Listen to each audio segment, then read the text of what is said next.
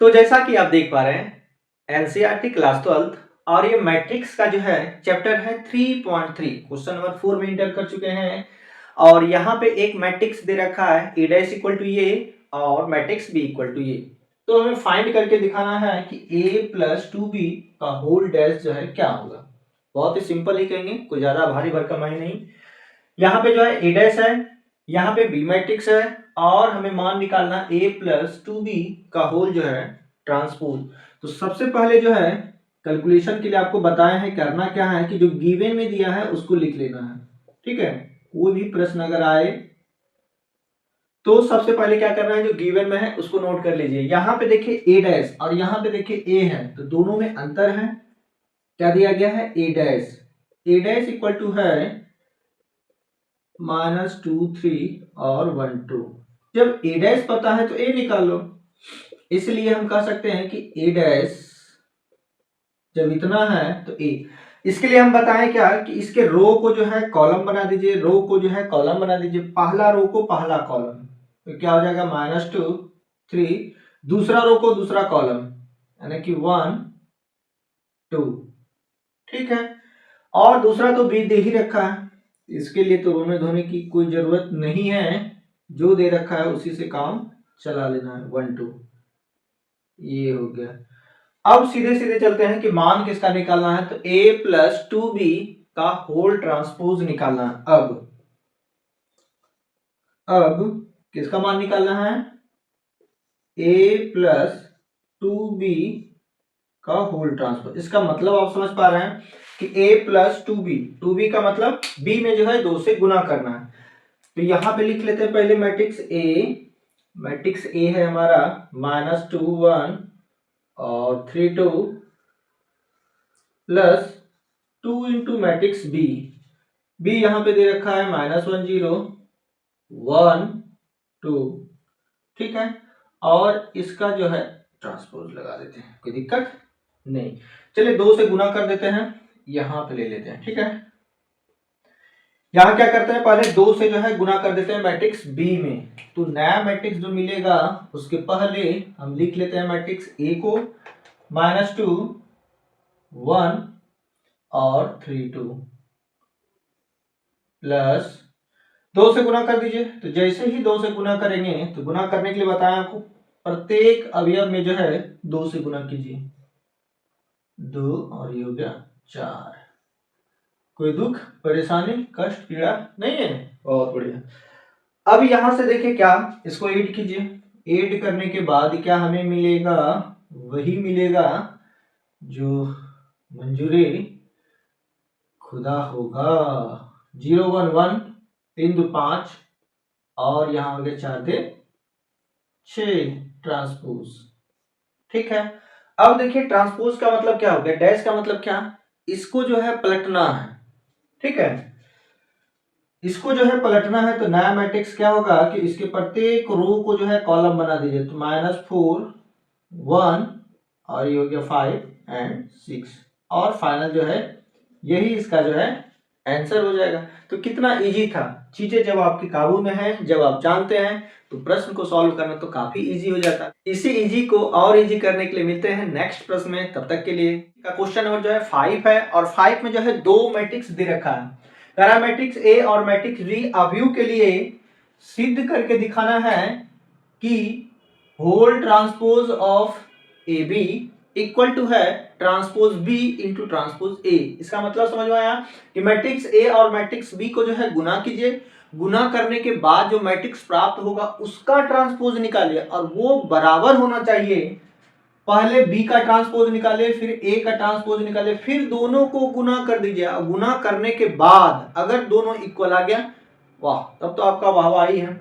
उसी तरह से ये पहला क्वेश्चन और उसी तरह से जो है ये दूसरा, दोनों को सॉल्व करना है। तो इसमें जो है हम केवल एक बनाएंगे, बाकी जो है एक आप पे छोड़ देंगे, वो आप कर लीजिएगा। तो यहाँ पे दे रखा है वही क्या दिया गया है, एक मैट्रिक्स ए है दिया है, क्या है मैट्रिक्स ए, ये है 1 -4 3।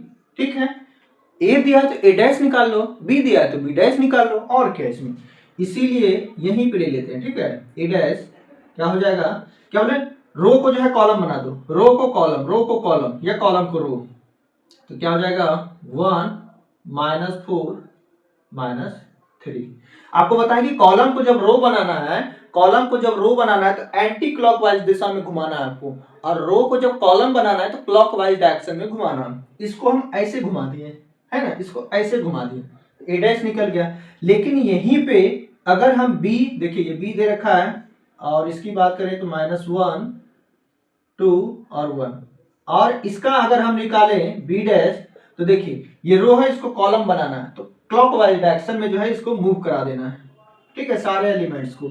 तो क्या हो जाएगा हमारा -1 2 और ये हो गया 1।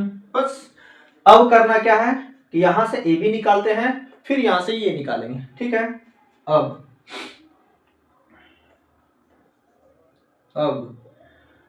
चलिए ए बी निकालते हैं, इसलिए हाँ ए बी बराबर क्या हो गया, मैट्रिक्स ए 1 -4 3, और बी हमारा दे रखा है -1 2। गुना करने जानते हैं, नहीं जानते हैं तो सीख लीजिए कैसे गुना करना है। पहला क्या होगा यहाँ कि पहला रो पहला कॉलम के साथ गुना कर, पहला रो पहला कॉलम के साथ गुना करेंगे तो 1 गुना 1 हो गया 1, और माइनस तो माइनस है। पहला रो दूसरा कॉलम 2, पहला रो तीसरा कॉलम 1। चलते हैं दूसरा रो पहला कॉलम के साथ गुना।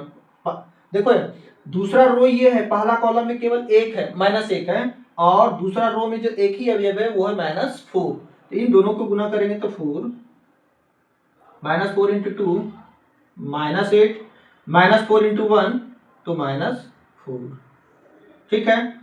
तीसरा रो पहला कॉलम तो -3 6 और ये हो गया 3, ठीक है। a × b निकल गया, क्या बोले a × b निकल गया, तो ट्रांसपोज निकालो इसका, इसलिए यहीं पे ले लेते हैं ट्रांसपोज ऑफ a × b। तो क्या होगा, पहला रो को पहला कॉलम बनाना है तो देखिए -1 2 1, इसको क्लॉकवाइज ऐसे तो 4 चला जाएगा अपर, ठीक है, -8 रहेगा बीच में और -4 चलाएगा नीचे, इसको क्लॉकवाइज इस ऐसे तो -3 चला जाएगा ऊपर 6 और ये हो गया 3। चलिए आधा पड़ाव तो पार कर लिए हैं, इसका काम खत्म हो गया। अब चलते हैं, चूंकि ए डैश बी डैश हमको पता है तो दोनों का जो है मल्टीप्लीकेशन निकाल लेते हैं, दोनों मैट्रिक्स को जो है गुना कर देते हैं, पुनः नीचे उतारना है इसके, ठीक है, पुनः बी डैश ए डैश बराबर, हाँ तो बी डैश कितना है -1 2 1, और ए डैश हमारा कितना 1 -4 3 1 -4 3। चलिए गुना कर देते हैं। गुना करने के लिए बताए हैं करना क्या, आपको क्या करना है, पहला रो पहला कॉलम के साथ, तो पहला रो में भी एक ही अवयव है -1, और पहला कॉलम में भी एक ही अवयव है 1, तो 1 × -1 करेंगे तो -1। पहला रो दूसरा कॉलम 4, पहला रो तीसरा कॉलम -3, ठीक है। दूसरा रो पहला कॉलम 2, दूसरा रो पहला दूसरा कॉलम ये हो गया -8, और दूसरा रो तीसरा कॉलम ये हो गया 6। उसी तरह से कर देते हैं, ये गया 1 -4 और ये हो गया हमारा कितना 3, ठीक है, ठीक है, हाँ अरे ठीक है, कोई दिक्कत परेशानी दुख दर्द नहीं ना।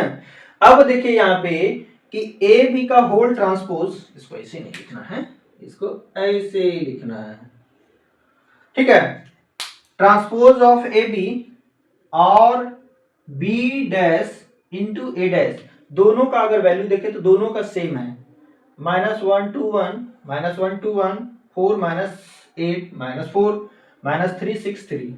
इसका मतलब तो हम कह ही सकते हैं, अतः ए बी का होल ट्रांसपोज ये बराबर है या होता है ये। तो कितना इजी था ये वाला, जो आपको खुद बनाना है। दोनों में जो है कोई अंतर नहीं है विशेष, खाली डिजिट जो है, अवयव जो है अलग अलग है, वो आप सॉल्व कर लीजिएगा। चलिए मिलते हैं नेक्स्ट क्वेश्चन में, तब तक के लिए